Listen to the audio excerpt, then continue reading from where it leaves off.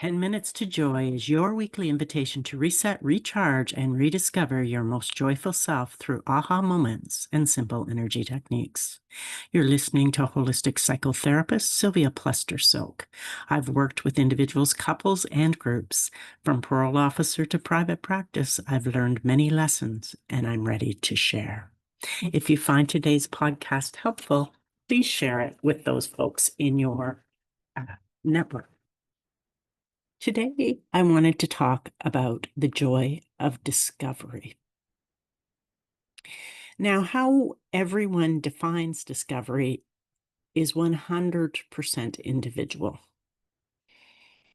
Discovery is that part based on a curiosity mindset. You learn about something or hear about something and you're intrigued. You want to know more about it. You want to understand it. You want to experience it. You see a reel on social media and think, wow, that would be a super cool thing to do.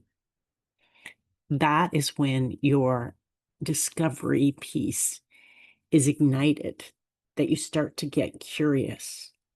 And there's often a little bit of grounded excitement with it. Sometimes it's about really getting high off of a adrenaline rushed experience. Generally not my thing. However, if it's yours, be safe with it and enjoy it. Discovery can mean so many things. It can be a joy of learning. It can mean that you love to understand new perspectives or gain or grow. I know that I'm always taking another course about something that maybe I already know about because there's something else I might discover or learn, and in a new way or a new technique. That's how I discovered my Joanna Cara method, through taking courses, and suddenly I had an aha of, wow, there's something here that I could be using with couples to have some profound results. And then diving into that curiosity mindset and just allowing that to play out. And over about a 2-year period, I came up with this really cool couples therapy process that gets to the root of issues very, very quickly in 5 to 10 sessions. If you want to know more about that, check out my website at pathtojoy.ca. For other of you, joy of discovery may be about meeting new people from different walks of life and understanding their perspective. And in the meantime, expanding your perspective about life and understanding about people. It might be about travel and discovering new places that you've never been before, or new aspects or new cultures. Whatever it is for you, that discovery piece that you have, how can you give yourself permission today to just give yourself some time to explore what you're curious about? Allow yourself to discover, allow that sense of childhood wonderment and curiosity to come alive within you and explore something that is new to you in some way.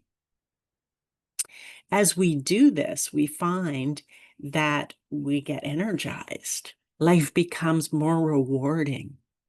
We're learning, we're growing. I had an incredible conversation with somebody this past Friday about politics, and it wasn't our heads banging against each other.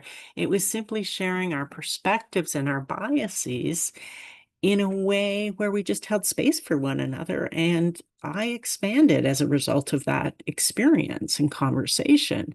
So discovery and expansion come together, because when we discover a new skill, a new experience, a new way of cooking something, whatever it might be for you, then we're expanding, we're growing, we're learning. That curiosity helps us to have a bigger and broader perspective in some way.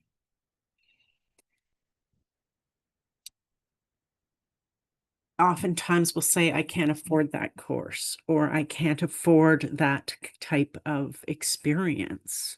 Hmm.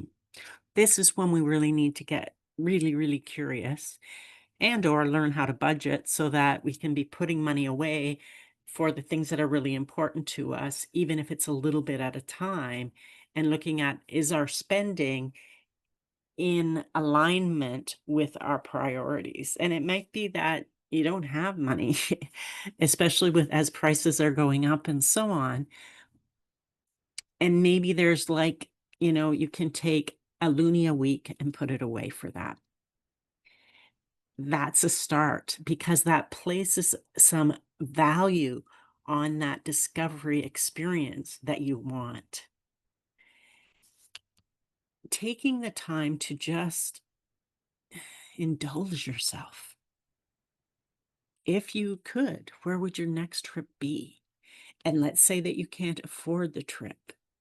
Maybe you can go to the library and get books about that place and learn about that place.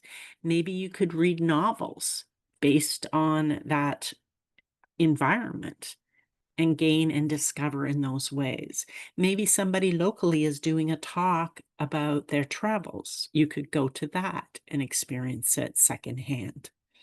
So I want you to know that this isn't about you have to have a big budget.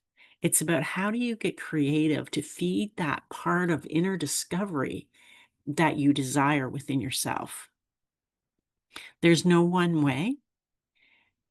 Sometimes, too, we end up having experiences we didn't expect because we had an openness and an opportunity suddenly shows up. It's like we manifested this experience. And sometimes it's simple as saying, yes, I'll do that. And other times it's how can we engage in it? Maybe we say, okay, I'm going to take half an hour or 15 minutes and look into what might be the first steps of X. So maybe it's a new career and you want to discover all about a new career.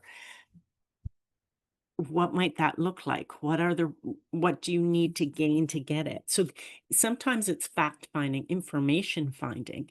Sometimes it's learning about from a different perspective. What's my budget and how can I learn and grow in that? Certainly, if you're a Netflix subscriber, there's many different unique experiences and shows there that you can find. The internet and certainly I think everything's on YouTube these days. This is on YouTube. Did you know that? So really giving yourself time, setting aside a budget of time, of energy, of money that fits realistically into your budget and starting to just allow that part of you each and every day or once a week, whatever your time budget allows, to explore and discover. There are so many rich opportunities that in our fear of not having enough, we can avoid and not pull in, not in allow ourselves to simply be in discovery. Start to ask questions. If you hear about something interesting, ask questions. People love to talk about themselves. Ask how you might. So a really great question is how might I XYZ? So if it is travel to New Zealand, how might I travel to New Zealand?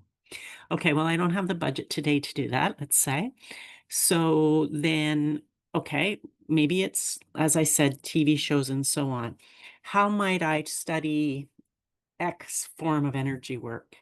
Well, it might be finding somebody in the local community that knows that form of energy work that you can have a conversation with. Maybe you can exchange something in exchange for a session. Some people will do that.